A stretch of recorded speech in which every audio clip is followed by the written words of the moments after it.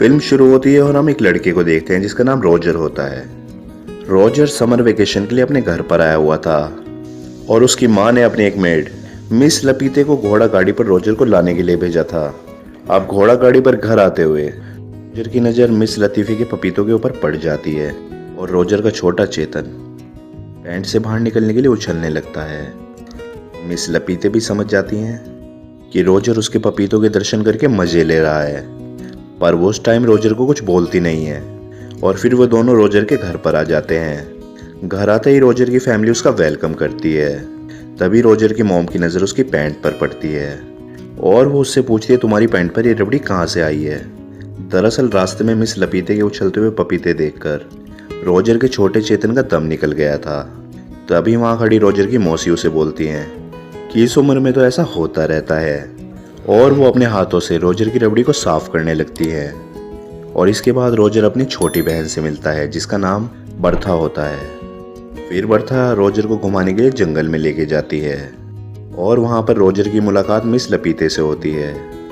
बाद में बात करते हुए मिस लपीते का सूसू आने लगता है और वो रोजर के सामने ही अपनी स्कर्ट ऊपर करके पेड़ों को पानी देने लगती है।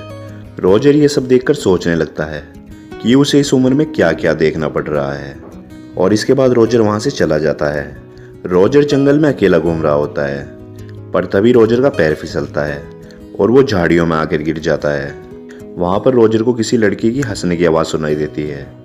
रोजर देखता है वहाँ पर उसी की घर की एक मेड उर्सुला किसी आदमी के साथ गपागप कर रही होती है। तभी उर्सुला की नज़र रोजर पर पड़ती है और वो उसको देखकर हंसने लगती है।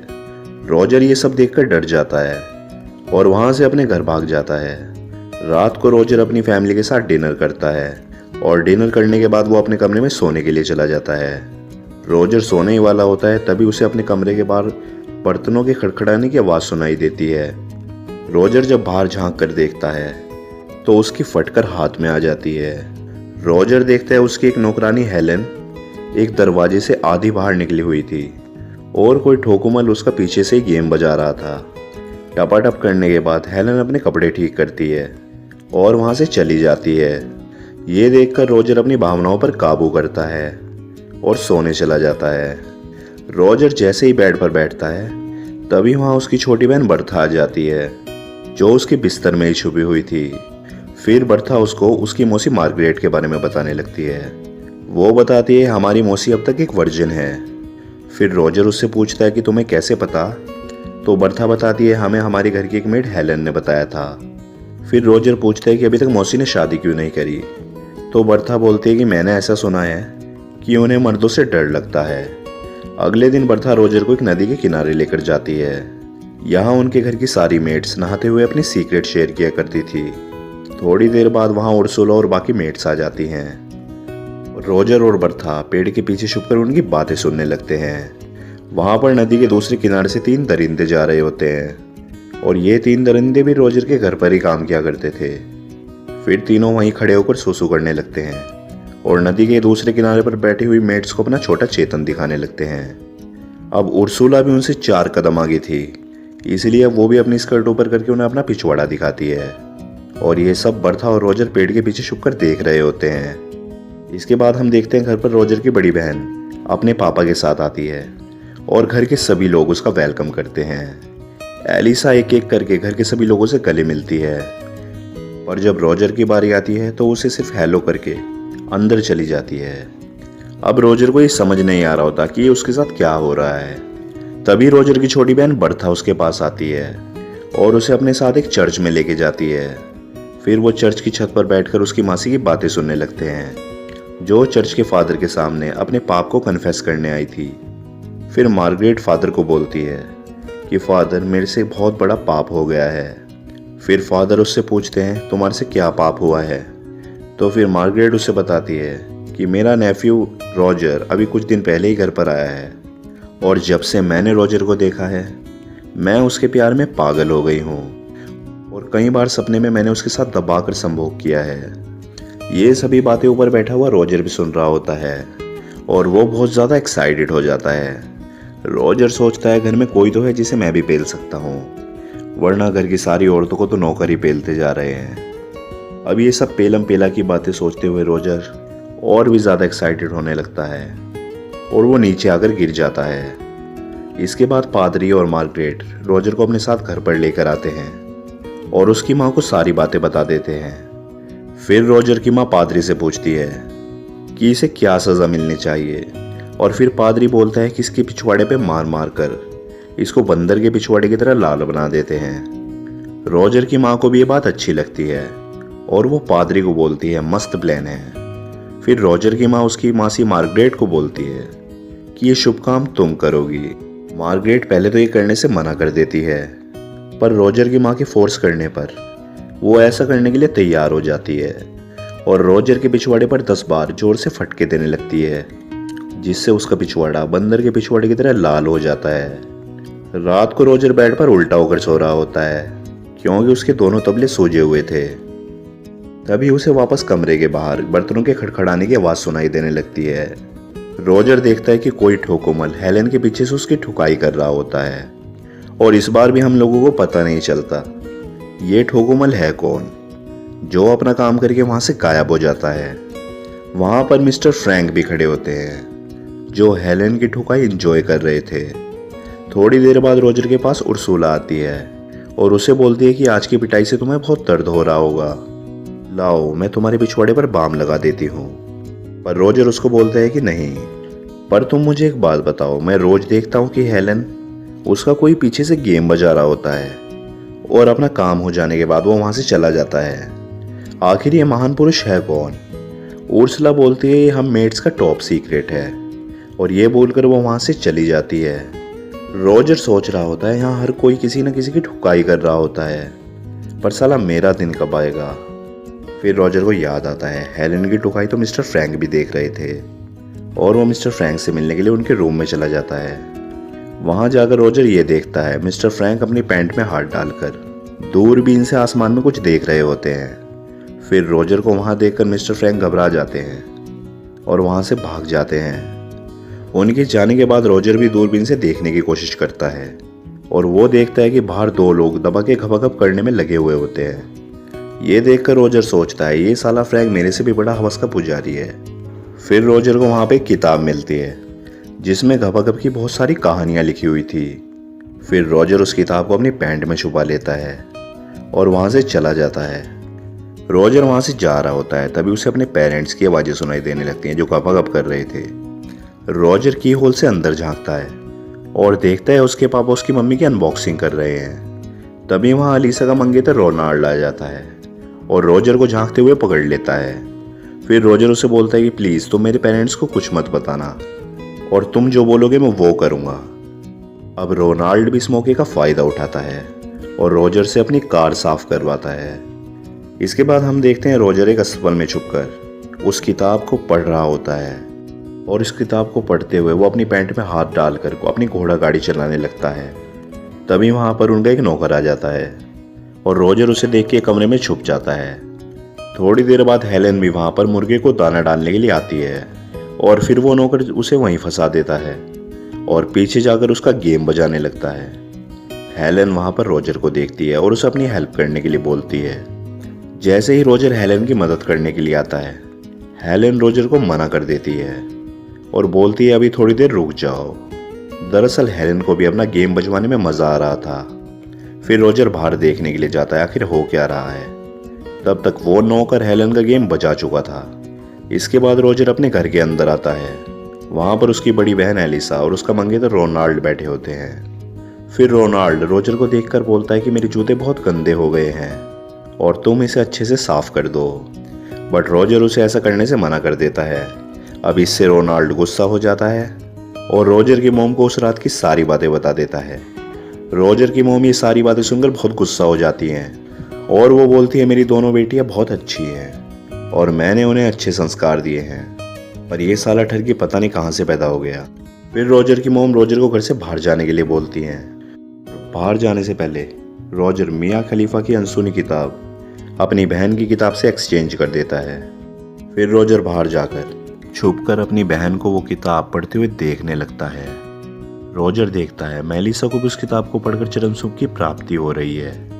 अब रोजर को घपाघप करने की इतनी तेज चुल मचती है कि अगर रोजर को अभी घपाघप नहीं मिला तो उसका छोटा चेतन अपनी पैंट में ही फांसी लगा लेगा।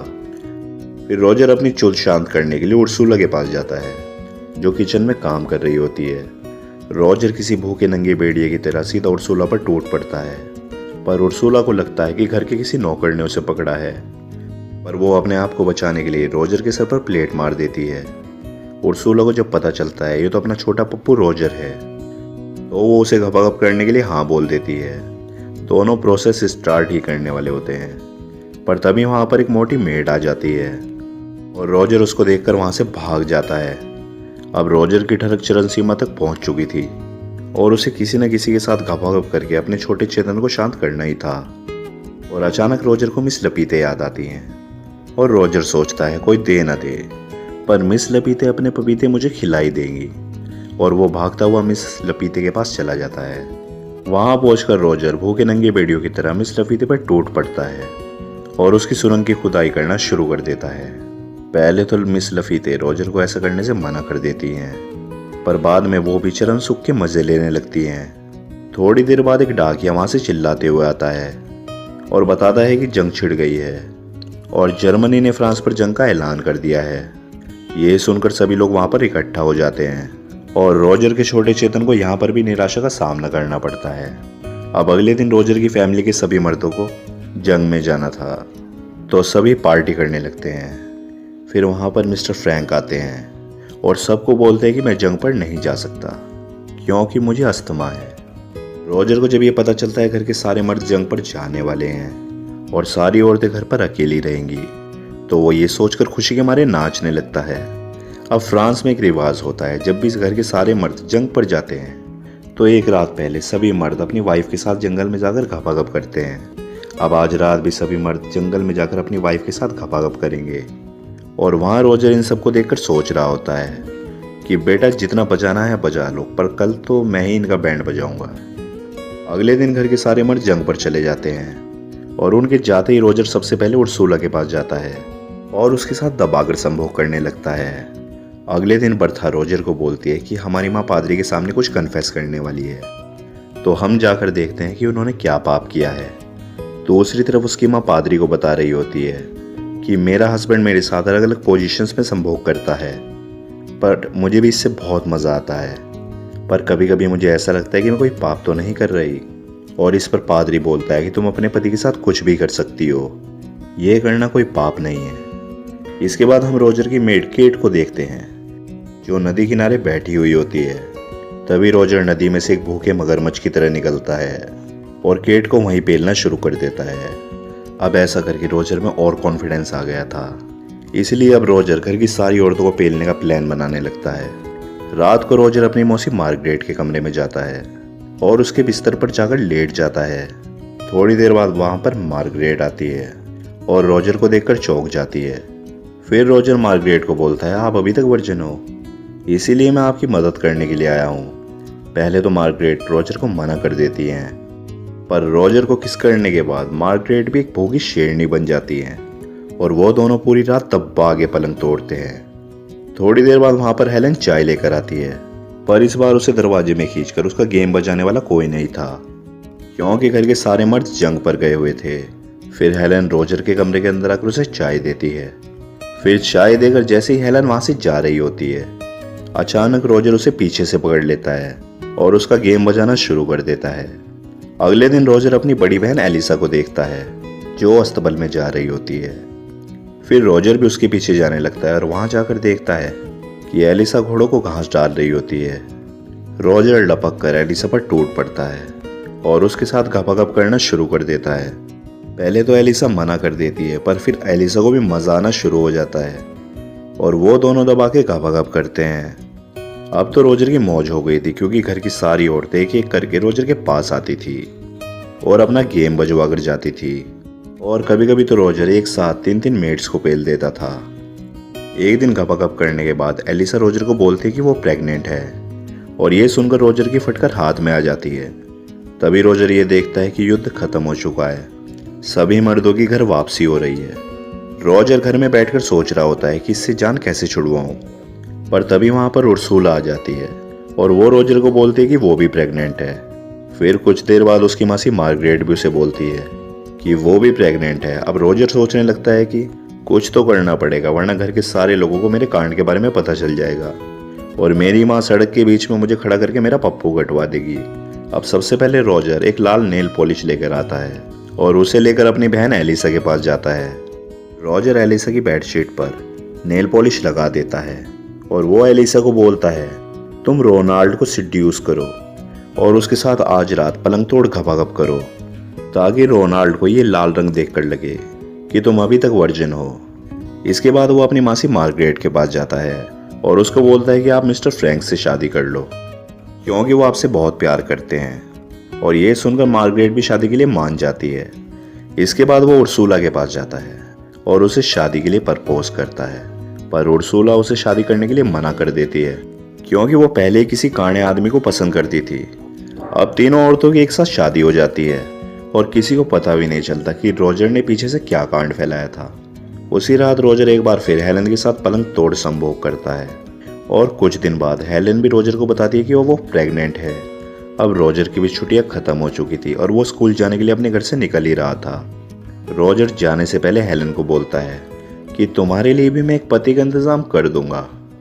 इस पर हेलन रोजर को बोलती है, इसकी कोई ज़रूरत नहीं है, मुझे तो लगभग घर के सभी मर्दों ने पेला है, मैं ये मटका किसी के भी सर पर जाकर फोड़ दूंगी। फिर रोजर वहाँ से चला जाता है और कुछ इसी तरीके से ये फिल्म यहाँ पर ख़त्म हो जाती है। तो दोस्तों ये मूवी आपको ज़रूर पसंद आई होगी, तो वीडियो को लाइक और शेयर कर दें, चैनल को सब्सक्राइब कर दें और साथ ही बेल घंटी के आइकन को भी दबा दें। तब तक मिलते हैं आपसे अपनी अगली वीडियो में।